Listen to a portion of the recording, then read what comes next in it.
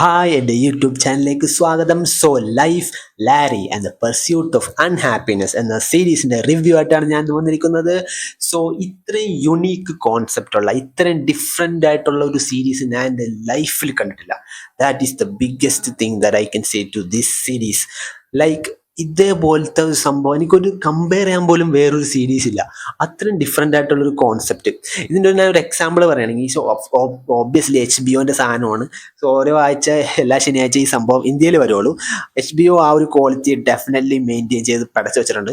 ഇതിൻ്റെ ഒരു എക്സാമ്പിൾ പറയുകയാണെങ്കിൽ, സീരീസ് ബന്ധപ്പെട്ടല്ല, ഓഫ്കോഴ്സ് സീരീസ് ബന്ധപ്പെട്ടാണ്, ബട്ട് അതിൻ്റെ ഒരു കഥയല്ല ഞാൻ പറയുന്നത്, ഒരു എക്സാമ്പിളാണ്.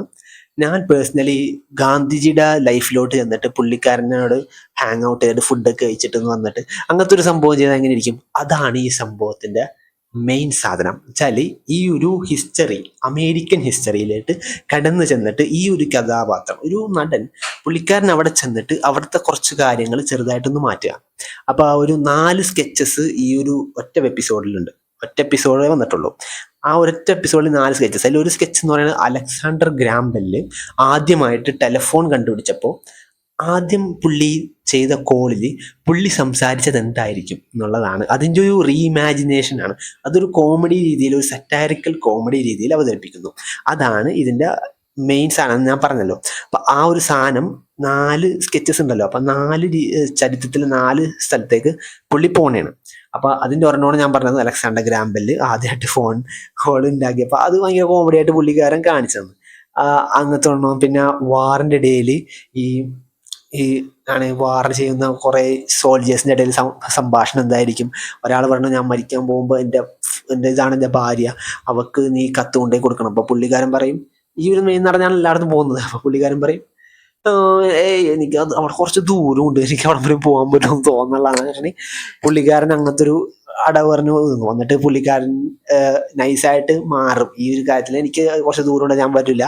അപ്പോൾ ആ ഒരു പുള്ളിക്കാരൻ, ആ ഒരു സോൾജർ മരിക്കുമ്പോൾ പുള്ളി ഇങ്ങനെ മരിച്ചിട്ട് ഇങ്ങനെ ചാകാൻ പോകുമ്പോൾ ആ ഒരു കത്തെടുത്തിട്ട് ഇയാൾക്ക് കൊടുക്കുകയാണ്. അപ്പം ഇങ്ങനെ കൊടുക്കുമ്പോൾ പുള്ളിക്കാരൻ വെച്ചിട്ട്, വേണ്ട നീ വെച്ചോ എന്നുള്ള രീതിയിൽ നൈസായിട്ട് അങ്ങോട്ട് തള്ളിക്കളയും. എന്നിട്ട് വീണ്ടും പുള്ളി ഒന്നുകൂടി ഇങ്ങനെ കൊടുക്കും. ആള് ചാകണയാണ്. എന്നിട്ട് എല്ലാവരും ചുറ്റുണ്ട്. എന്നിട്ട് പുള്ളിക്കാരൻ ഇങ്ങനെ ഓരോന്ന് കത്തിങ്ങനെ വീണ്ടും കൊടുക്കും. ആ പുള്ളി വീണ്ടും മാറ്റിക്കളി. അങ്ങനത്തെ ഒരു നൈസ് ഡിഫറെൻ്റ് ആയിട്ടുള്ളൊരു കോമഡി, ഒരു സറ്റയർ കോമഡി. അങ്ങനത്തെ കുറേ സംഭവം ഒരു എപ്പിസോഡിൽ തന്നെ ഉണ്ട്. ഈ ഒരു കോമഡി സംഭവം എന്ന് പറയുന്നത് ഓഫ്കോഴ്സ് കോമഡി സബ്ജക്റ്റീവാണ്, എല്ലാവർക്കും വർക്കായില്ല. എനിക്കിത് ത്രൂ ഔട്ട് വർക്കായില്ല. എനിക്ക് കുറച്ച് മൊമെന്റ്സ് മാത്രമേ വർക്ക് ആയുള്ളൂ. ഇവരെന്താ ഉദ്ദേശിച്ചത് എന്നുള്ള എനിക്ക് മനസ്സിലായി. ഇവിടെ കോമഡി സംഭവം എനിക്ക് മനസ്സിലായി. ഓക്കെ, ഇതിങ്ങനെ ഞാൻ പോകുന്നുണ്ട്, ഓക്കെ, ഈ ഒരു കോമഡി ഇങ്ങനെ കുറേ നേരം പറയുമ്പോൾ അതൊരു കോമഡി ആയിട്ട് വരും. എനിക്കത് മുഴുവനായിട്ട് ദഹിച്ചില്ല.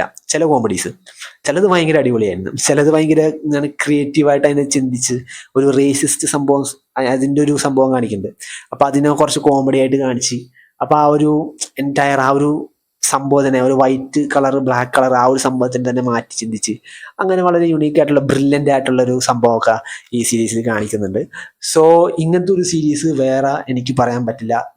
ഇങ്ങനത്തെ ഒരു സീരീസ് വേറെ ഇല്ലെന്ന് തന്നെ എനിക്ക് പറയാം. കാരണം ഇതേപോലത്തെ സംഭവം ഞാൻ ലൈഫിൽ കണ്ടിട്ടില്ല. അത് ആ ഒരു യുണീക്നെസ് തന്നെയാണ് ഇതിൻ്റെ ഏറ്റവും വലിയ USP. അത് തന്നെയാണ് എന്നെ വീണ്ടും അടുത്ത എപ്പിസോഡ് കാണാൻ വേണ്ടി പ്രേരിപ്പിക്കുന്നത്.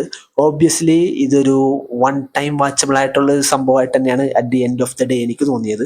നിങ്ങൾക്കിത് കാണാം, കാണാതിരിക്കാം. നിങ്ങളുടെ തമാശ നിങ്ങൾക്കിത് ദഹിക്കുന്നുണ്ടെങ്കിൽ, നിങ്ങൾക്ക് പറ്റാവുന്ന, നിങ്ങൾക്ക് റിലേറ്റബിൾ ചെയ്യാനും, പിന്നെ എനിക്ക് ഈ തമാശ ഭയങ്കര ഇഷ്ടപ്പെട്ടു, ഈ ഒരു രീതിയിലുള്ള തമാശ എനിക്ക് ഭയങ്കര ഇഷ്ടമാണ്, അത് ഓക്കെ ആണെങ്കിൽ നിങ്ങൾക്കിത് കാണാം. അല്ലെങ്കിൽ ഇത് ജസ്റ്റ് എ പാസബിൾ സംഭവം ഫോർ യു. ആൻഡ് എനിക്കിത് പേഴ്സണലി ഒരു പാസബിൾ സംഭവമാണ്. എനിക്കിത് കാണാം, കാണാതിരിക്കാം. അല്ലാതെ എനിക്ക് ഇത് കണ്ടിട്ട് അടുത്ത എപ്പിസോഡ് കാണണം, ഇത് കണ്ടാലേ അടുത്ത എപ്പിസോഡ് കാണാൻ പറ്റൂ, അങ്ങനത്തെ ഒരു സംഭവമൊന്നുമില്ല. എപ്പോൾ വേണമെങ്കിലും കാണാം, ഏത് സമയം വേണമെങ്കിലും കാണാം. If you like it you will watch it, അത്രേ ഉള്ളൂ. Yeah, that's my review for this. Thank you for watching.